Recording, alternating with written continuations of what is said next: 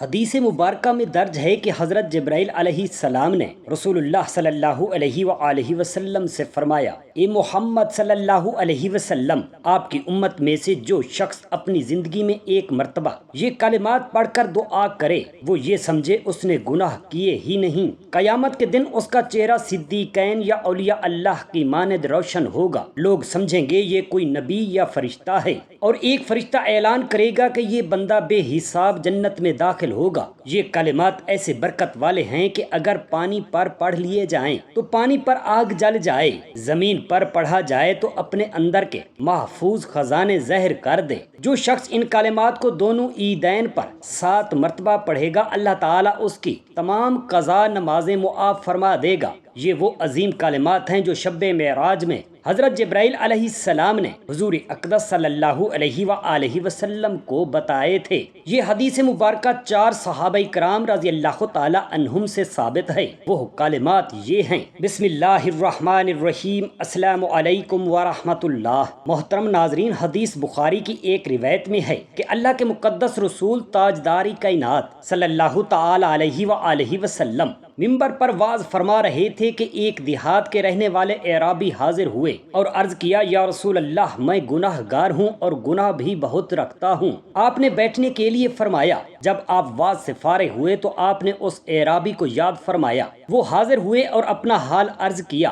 آپ نے فرمایا، کیا تیرے گناہ ستاروں سے بھی زیادہ ہیں؟ اس اعرابی نے کہا، ہاں یا رسول اللہ۔ پھر آپ نے فرمایا، کیا تیرے گناہ صحرا کی ریت سے بھی زیادہ ہیں؟ اس شخص نے کہا، ہاں۔ پھر آپ نے فرمایا، تیرے گناہ بارش کے قطروں سے بھی زیادہ ہیں؟ اس نے کہا، ہاں۔ پھر آپ صلی اللہ علیہ وآلہ وسلم نے فرمایا، کیا تیرے گناہ درختوں کے پتوں سے بھی زیادہ ہیں؟ اس نے کہا، ہاں۔ پھر آپ صلی اللہ علیہ وسلم نے فرمایا، کیا تیرے گناہ خدا کی رحمت سے بھی زیادہ ہیں؟ وہ اعرابی شخص اس کے جواب میں خاموش ہو گیا اور رونے لگا۔ آپ نے فرمایا، تو کچھ نہ کر، یہ کلمہ پڑھ، لا الہ الا اللہ، خدا تیرے سب گناہ بخش دے گا، اگرچہ تیرے گناہ کتنے ہی زیادہ کیوں نہ ہوں۔ اور فرمایا، جو کوئی رات دن میں یہ کلمہ پڑھتا ہے اور لا کی مد کو کھینچتا ہے تو اللہ تعالیٰ اس کے 4000 گناہ معاف فرما دیتا ہے۔ اور فرمایا، جب بندہ یہ کلمہ پڑھتا ہے عرش کو جنبش ہوتی ہے، حکم ربانی ہوتا ہے، اے عرش ساکن ہو جا۔ عرش عرض کرتا ہے، اے اللہ، کلمہ پڑھنے والے کو بخش دے تاکہ میں سکون کی حالت میں رہوں۔ رب قدیر ارشاد فرماتا ہے، میں نے اس کلمہ پڑھنے والے کو بخش دیا۔ محترم ناظرین، ایک مرتبہ اللہ رب العزت نے حضرت عزرائیل علیہ السلام سے دریافت فرمایا، اے عزرائیل، تو جو اتنی روحیں قبض کرتا ہے، کیا تجھے کسی پر کبھی رحم و ترس بھی آیا ہے؟ حضرت عزرائیل علیہ السلام نے عرض کی، اے مولائی کائنات، جب تو نے میرے ذمہ روحوں کا قبض کرنا لگایا ہے تو میں ترس کرتا رہوں اور رحم کرتا رہوں تو کیسے روحیں قبض کروں گا؟ الغرضی کا عزرائیل نے کہا، مجھے کبھی کسی پر ترس نہیں آیا، البتہ 2 دفعہ مجھے یہ خیال ضرور گزرا، کاش اس کی روح کے قبض کرنے کا حکم نہ دیا جاتا۔ ایک مرتبہ تو ایک کشتی دریا میں تھی، مجھے حکم ہوا کہ ان تمام کی روحوں کو قبض کر لیا جائے، کشتی کو توڑ دیا جائے، البتہ ایک عورت اور اس کا شیر خوار بچہ ہے، ان کی روحوں کو قبض نہ کیا جائے۔ اور میں نے ان کی روحوں کو قبض نہ کیا۔ وہ کشتی کے ایک پھٹے پر سوار دریا کی تند و تیز موجوں کو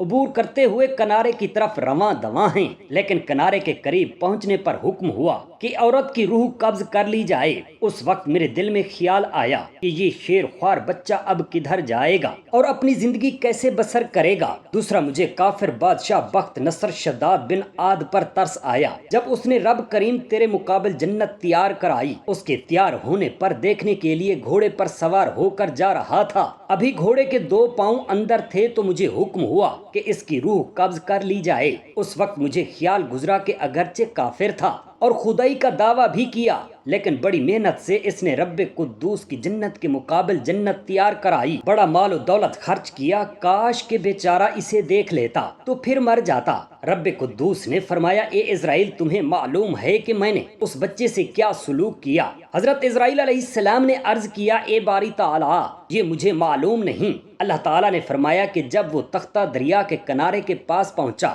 وہاں دھوبی کپڑے دھو رہا تھا، اس نے بچے کو پکڑ لیا اور پیار و محبت سے پرورش کی۔ بچہ جب بڑا ہوا تو میں نے اس کی ایسی نظر عطا فرمائی کہ وہ زیر زمین خزانے دیکھ لیتا تھا۔ اس طرح اس نے بہت خزانہ جمع کیا، اپنی فوج بنائی، آہستہ آہستہ وہ تمام روئے زمین کا بادشاہ بن بیٹھا۔ پھر اس نے خدائی کا دعویٰ کر دیا اور میرے مقابل جنت و دوزخ بنانے کا کام شروع کر دیا۔ جب وہ اپنی خود ساختہ جنت تیار کرا کے دیکھنے کے لیے گیا تو میں نے اس کی روح کو قبض کرنے کا تجھے حکم دیا۔ اے اسرائیل، یہ وہی بچہ تھا جو کم سنی کی حالت میں تھا، تو تمہیں اس پر رحم آیا تھا، لیکن میری مہربانیوں سے وہ عظیم بادشاہ بن کر میرے ہی مقابل خدا بن بیٹھا۔ میں نے اس کے تکبر و غرور کو توڑ ڈالا۔ مولا ذوالجلال کے اس کلام کو سن کر حضرت اسرائیل علیہ السلام نے عرض کی، اے رب کریم، جن حکمتوں کو تو جانتا ہے وہ میں نہیں جانتا۔ حضرت عائشہ رضی اللہ تعالی عنہا کی وفات سے تھوڑی دیر پہلے جب وہ نزا کی حالت میں تھی، حضرت ابن عباس رضی اللہ تعالی عنہ ان کے پاس آنے کی اجازت چاہی۔ حضرت عائشہ صدیقہ رضی اللہ تعالی عنہا نے کہا کہ مجھے ڈر ہے کہ کہیں وہ میری تعریف نہ کرنے لگیں۔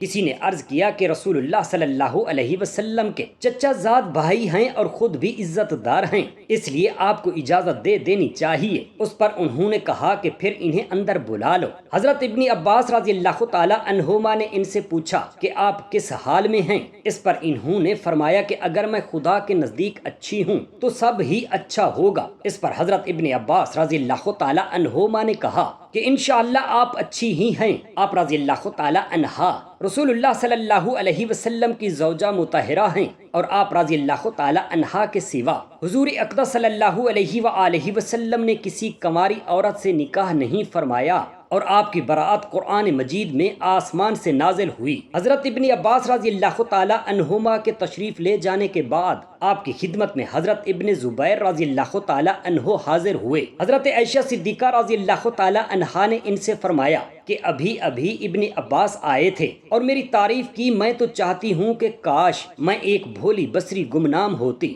روح المعانی میں ہے کہ حضرت عبداللہ بن عمر رضی اللہ تعالی عنہم فرماتے ہیں کہ نبی کریم صلی اللہ علیہ وآلہ وسلم باہر تشریف لائے تو آپ کے دونوں ہاتھوں میں 2 کتابیں تھیں۔ آپ نے فرمایا، کیا تم جانتے ہو یہ کتابیں کون سی ہیں؟ ہم نے عرض کیا، نہیں یا رسول اللہ، ہمیں تو وہی علم ہوتا ہے جو آپ خبر دیتے ہیں۔ جب آپ کے دائیں ہاتھ مبارک میں کتاب تھی، اس کے متعلق آپ صلی اللہ علیہ وسلم نے ارشاد فرمایا، یہ رب العالمین کی طرف سے کتاب ہے جس میں تمام اہل جنت اور ان کے آباء و اجداد کے نام ہیں اور ان کے قبائل کے نام ہیں۔ پھر ان کے آخر میں ان کا مکمل میزان پیش کر دیا گیا، تو اس میں کبھی نہ کوئی زیادتی کی جائے گی اور نہ ہی کمی۔ پھر آپ صلی اللہ علیہ وآلہ وسلم نے دوسری کتاب کے متعلق جو آپ کے بائیں ہاتھ مبارک میں تھی ارشاد فرمایا، یہ رب العالمین کی طرف سے کتاب ہے جس میں دوزخیوں کے نام اور ان کے آباء و اجداد اور ان کے قبائل کے نام ہیں۔ پھر اس کے آخر میں تمام کا مکمل میزان پیش کر دیا گیا ہے،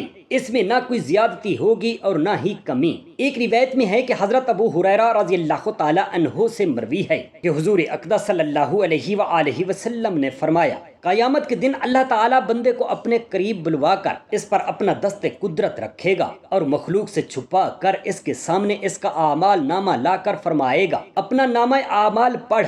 حکم خدا بندی کے مطابق بندہ اپنا نامہ اعمال پڑھے گا۔ جب نیکی کو لکھا دیکھ کر اس کا چہرہ چمک جائے گا اور وہ خوش دل اور مسرور ہو جائے گا۔ اللہ کریم فرمائے گا، میرے بندے کیا تو اس کو پہچانتا ہے؟ بندہ عرض کرے گا، ہاں پروردگار میں پہچانتا ہوں۔ اللہ تعالیٰ فرمائے گا، میں نے تیری نیکی قبول کی۔ بندہ فوراً سجدے میں گر جائے گا۔ اللہ تعالیٰ فرمائے گا، اپنا سر اٹھا اور اپنے نامہ اعمال کو اور آگے پڑھ۔ اللہ تعالیٰ کے حکم کے مطابق بندہ اسے پڑھے گا، اور جب برے اعمال لکھے دیکھ کر اس کا چہرہ سیاہ اور اس کا دل خوف زدہ ہو جائے گا، اللہ تعالیٰ فرمائے گا، میرے بندے کیا تو اسے پہچانتا ہے؟ وہ عرض کرے گا، ہاں میرے رب میں اسے پہچانتا ہوں۔ اللہ تعالیٰ فرمائے گا، میں تجھ سے زیادہ اسے جانتا ہوں، مگر میں نے تجھے یہ گناہ معاف کر دیے۔ اس طرح بندہ پڑھتا چلا جائے گا، نیکی کو پڑھے گا اور اللہ کریم کی طرف سے قبول ہو جانے کا فرمان سن کر سجدہ میں گر جائے گا، اور برے اعمال کو پڑھے گا اور معاف ہو جانے کا حکم سن کر پھر بھی سجدہ میں گر جائے گا۔ مگر مخلوق کو دیکھ کر معلوم نہ ہوگا کہ واقعہ کیا گزر رہا ہے، صرف اس کا سجدہ کرتا دکھائی دے گا۔ لہٰذا بعض لوگ آپس میں چپکے کہیں گے کہ بشارت ہو اس بندے کو جس نے کبھی اللہ کریم کی نافرمانی نہ کی۔ کسی کو معلوم نہ ہوگا کہ اللہ تعالیٰ کا اور اس کا کیا معاملہ گزرا ہے۔ بحوالہ مسند احمد بن حنبل۔ ایک دن جب آپ صلی اللہ علیہ وآلہ وسلم غار ہرا میں تھے، اچانک حضرت جبرائیل امین علیہ السلام حاضر ہوئے اور کہا، اقرأ بسم ربک الذی۔ نبی کریم صلی اللہ علیہ وسلم نے جواب دیا، میں یہ نہیں کہوں گا۔ حضرت جبرائیل علیہ السلام نے 3 بار زور سے آپ صلی اللہ علیہ وآلہ وسلم کو اپنے ساتھ لگایا اور پھر کہا، اقرأ بسم ربک الذی خلق۔ اس وحی کے نزول کے بعد نبی پاک صاحب لولاک صلی اللہ علیہ وسلم پر خوف اور کپ کپی کی کیفیت طاری ہو گئی، اور آپ صلی اللہ علیہ وسلم تیزی سے غار سے نکلے اور مکہ کی طرف روانہ ہوئے۔ جب راستے میں آسمان کی طرف نگاہ اٹھائی تو حضرت جبرائیل امین علیہ السلام کا نورانی وجود افق پر محیط نظر آیا، جو فرما رہے تھے، یا محمد انت رسول اللہ وانا جبرائیل۔ نبی کریم صلی اللہ علیہ وسلم اپنے گھر پہنچے اور حضرت خدیجہ رضی اللہ تعالی عنہا سے کہا، مجھے کمبل اڑھاؤ، مجھے کمبل اڑھاؤ۔ یہ الفاظ آپ نے 2 مرتبہ کہے۔ حضرت خدیجہ رضی اللہ تعالی عنہا نے تسلی دی۔ جب آپ صلی اللہ علیہ وسلم کو سکون ملا تو آپ نے سارا واقعہ بیان فرمایا اور اپنی جان کا خوف ظاہر کیا۔ حضرت خدیجہ رضی اللہ تعالی عنہا نے کہا، اللہ آپ کو کبھی ضائع نہیں کرے گا، آپ صلہ رحمی کرتے ہیں، مظلوموں کا سہارا بنتے ہیں اور حق کا ساتھ دیتے ہیں۔ پھر وہ آپ صلی اللہ علیہ وسلم کو ورقہ بن نوفل کے پاس لے گئیں، جنہوں نے آپ صلی اللہ علیہ وسلم کو بشارت دی کہ آپ وہی نبی ہیں جن کا وعدہ تورات و انجیل میں آیا ہے۔ یہ وحی کا آغاز تھا، لیکن کچھ عرصہ بعد وحی کا سلسلہ رک گیا۔ یہ رکنے کا دورانیہ فطرت الوحی کہلاتا ہے۔ اس زمانے میں نبی کریم صلی اللہ علیہ وسلم کو سخت پریشانی لاحق ہوئی۔ آپ صلی اللہ علیہ وسلم کو یوں محسوس ہوتا جیسے آپ صلی اللہ علیہ وسلم کا رب آپ سے ناراض ہو گیا ہے۔ آپ صلی اللہ علیہ وسلم مکہ کی وادیوں میں تنہا چکر لگاتے، پہاڑوں پر چڑھتے اور دل ہی دل میں اللہ کو پکارتے، یہاں تک کہ کبھی کبھار آپ صلی اللہ علیہ وسلم کے دل میں یہ خیال گزرا کہ کاش کوئی پیغام آ جائے یا کوئی تسلی ہو۔ اسی دوران ایک دن نبی پاک صاحب لولاک صلی اللہ علیہ وآلہ وسلم پہاڑ سے اتر رہے تھے کہ اچانک آپ صلی اللہ علیہ وسلم نے آسمان اور زمین کے درمیان حضرت جبرائیل امین علیہ السلام کو بیٹھے ہوئے دیکھا، جو کہہ رہے تھے، یا محمد انت رسول اللہ۔ یہ عظیم منظر دیکھ کر نبی پاک صلی اللہ علیہ وسلم کا دل مطمئن ہو گیا اور وحی کا سلسلہ دوبارہ شروع ہو گیا، اور اللہ تعالیٰ نے قرآن مجید کی صورتیں نازل فرمائیں جن کے ابتدائی کلمات یا ایھا المدثر۔ اس کے بعد نبی پاک صلی اللہ علیہ وسلم نے کھلم کھلا دعوت کا آغاز فرمایا اور دن رات اللہ کے دین کو پھیلانے میں مشغول ہو گئے۔ بحوالہ حدیث بخاری۔ اصل چیز اخلاص، دعا، استغفار اور اللہ کی رضا حاصل کرنا ہے۔ اگر ہم ان آسان طریقوں پر عمل کریں گے تو ہمیں اللہ تعالیٰ کی طرف سے تمام برکتیں حاصل ہو سکتی ہیں۔ یہ روایت بیان کی جاتی ہے کہ حضرت جبرائیل امین علیہ السلام نے رسول پاک صاحب لولاک صلی اللہ علیہ وآلہ وصحابہ وسلم سے فرمایا، اے محمد صلی اللہ علیہ وسلم، آپ کی امت میں سے جو شخص اپنی زندگی میں ایک مرتبہ یہ کلمات پڑھ کر دعا کرے وہ یہ سمجھے اس نے گناہ کیے ہی نہیں، قیامت کے دن اس کا چہرہ صدیقین یا اولیاء اللہ کی مانند روشن ہوگا۔ لوگ سمجھیں گے یہ کوئی نبی یا فرشتہ ہے، اور ایک فرشتہ اعلان کرے گا کہ یہ بندہ بے حساب و عذاب جنت میں داخل ہوگا۔ یہ کلمات ایسے برکت والے ہیں کہ اگر پانی پر پڑھ لیے جائیں تو پانی پر آگ جل جائے، زمین پر پڑھا جائے تو اپنے اندر کے محفوظ خزانے ظاہر کر دے۔ جو ان کلمات کو 7 مرتبہ یا عیدین پر پڑھے، اللہ تعالیٰ اس کی تمام قضا نمازیں معاف فرما دے گا۔ یہ وہ عظیم کلمات ہیں جو شب معراج میں حضرت جبرائیل علیہ السلام نے حضور اقدس صلی اللہ علیہ وآلہ وسلم کو بتائے تھے۔ وہ کلمات یہ ہیں، بسم اللہ الرحمن الرحیم، لا الہ الا اللہ الملک الحق المبین، لا الہ الا اللہ الحکم العدل المتین، وربنا آباؤنا الاولون، لا الہ الا انت سبحانک انی کنت من الظالمین۔ لا الہ الا اللہ وحدہ لا شریک لہ لہ الملک ولہ الحمد یحیی و یمیت وہو حی دائما ابدا لا یموت بیدہ الخیر الیہ المصیر۔ بندہ جس دن یا جس رات میں یہ کلمات پڑھتا ہے، اللہ کی رحمتیں زمین پر نازل ہوتی ہیں، فرشتے آسمان سے اترتے ہیں، اور جو کوئی اللہ کی طرف رجوع کرتا ہے اس کے گناہ معاف کر دیے جاتے ہیں۔ لیکن کچھ بدبخت ایسے بھی ہوتے ہیں جن کی عبادت اس رات میں بھی قبول نہیں ہوتی، چاہے وہ ساری رات جاگ کر نوافل پڑھیں، ہزاروں بار اذکار کریں اور قرآن پاک ختم کر لیں، تب بھی ان کا کوئی عمل اللہ کے ہاں قبول نہیں ہوتا۔ یہ وہ بد نصیب لوگ ہیں جو کچھ مخصوص گناہوں میں ملوث ہوتے ہیں، اور جب تک وہ ان گناہوں سے توبہ نہ کریں ان کی عبادت بے اثر رہتی ہے۔ سب سے پہلا بدبخت وہ شخص ہے جو والدین کا نافرمان ہے۔ نبی کریم صلی اللہ علیہ وآلہ وسلم نے فرمایا کہ وہ شخص جنت میں داخل نہیں ہوگا جو اپنے والدین کا نافرمان ہو۔ لیلۃ القدر میں بھی ایسے شخص کی عبادت رد کی جاتی ہے، کیونکہ اللہ تعالیٰ نے اپنے حقوق سے پہلے والدین کے حقوق ادا کرنے کا حکم دیا ہے۔ اگر کوئی شخص دن رات عبادت کرے لیکن اس کے والدین اس سے ناراض ہوں تو وہ اللہ کی نظر میں قبولیت کے قابل نہیں۔ دوسرا بدبخت وہ شخص ہے جو قطع رحمی کرتا ہے، یعنی اپنے رشتہ داروں سے تعلق توڑ لیتا ہے۔ نبی کریم صلی اللہ علیہ وسلم نے فرمایا کہ جو شخص رشتہ داری توڑتا ہے وہ جنت میں داخل نہیں ہوگا۔ ایسے لوگ جو اپنے بھائیوں، بہنوں، چچاؤں یا کسی اور قریبی رشتہ دار سے حسد یا دنیاوی معاملات کی وجہ سے قطع تعلق کر لیتے ہیں، ان کی عبادات لیلۃ القدر میں بھی قبول نہیں ہوتی۔ تیسرے وہ لوگ ہیں جو مسلسل حرام کھاتے ہیں، یعنی سود، رشوت، دھوکہ اور حرام کمائی میں مبتلا ہوتے ہیں۔ جو شخص حرام کمائی میں زندگی گزارتا ہو اس کی دعائیں قبول نہیں ہوتی، چاہے وہ کتنا ہی روئے اور گڑ گڑائے۔ نبی پاک صاحب الاولاق صلی اللہ علیہ وآلہ وسلم نے فرمایا کہ وہ گوشت جو حرام سے پلا ہو وہ جنت میں نہیں جائے گا۔ چوتھا وہ شخص ہے جو تکبر میں مبتلا ہو۔ تکبر وہ گناہ ہے جس کی وجہ سے شیطان کو جنت سے نکالا گیا۔ نبی کریم صلی اللہ علیہ وآلہ وسلم نے فرمایا کہ جس کے دل میں رائی کے دانے کے برابر بھی تکبر ہوگا وہ جنت میں داخل نہیں ہوگا۔ ایسے لوگ جو اپنے مال، علم، حسن یا کسی اور چیز پر غرور کرتے ہیں، ان کی عبادت لیلۃ القدر جیسی مقدس رات میں بھی قبول نہیں ہوتی، کیونکہ اللہ صرف عاجزی کرنے والوں کو پسند کرتا ہے۔ پانچواں وہ شخص ہے جو دوسروں کے حقوق کھاتا ہے۔ اگر کوئی شخص کسی کا قرض دبائے بیٹھا ہو، کسی کا وراثتی حصہ ہڑپ کر چکا ہو، کسی کا حق مار چکا ہو اور اس کے دل میں اس ظلم کا کوئی احساس نہ ہو تو ایسے شخص کی کوئی عبادات قبول نہیں ہوتی۔ چھٹا وہ شخص ہے جو جھوٹ بولنے اور فریب دینے کا عادی ہو۔ نبی پاک صاحب الاولاق صلی اللہ علیہ وآلہ وسلم نے فرمایا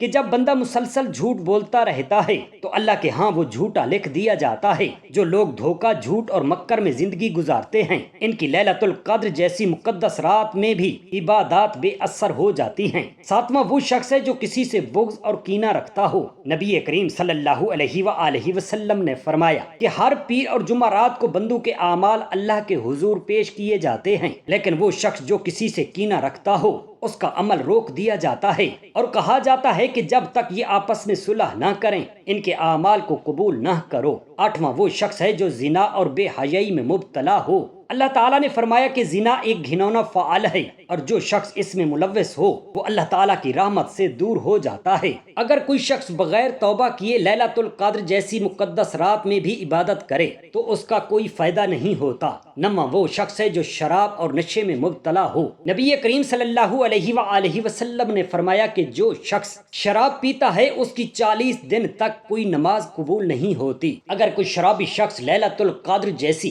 عظیم اور مقدس رات میں بھی عبادت کرے لیکن اس کا نشہ اور حرام کاری جاری ہو تو وہ اللہ تعالیٰ کی نظر میں مردود ہوتا ہے۔ دسواں وہ شخص ہے جو غیبت، چغلی اور دوسروں کی برائیاں کرتا ہے۔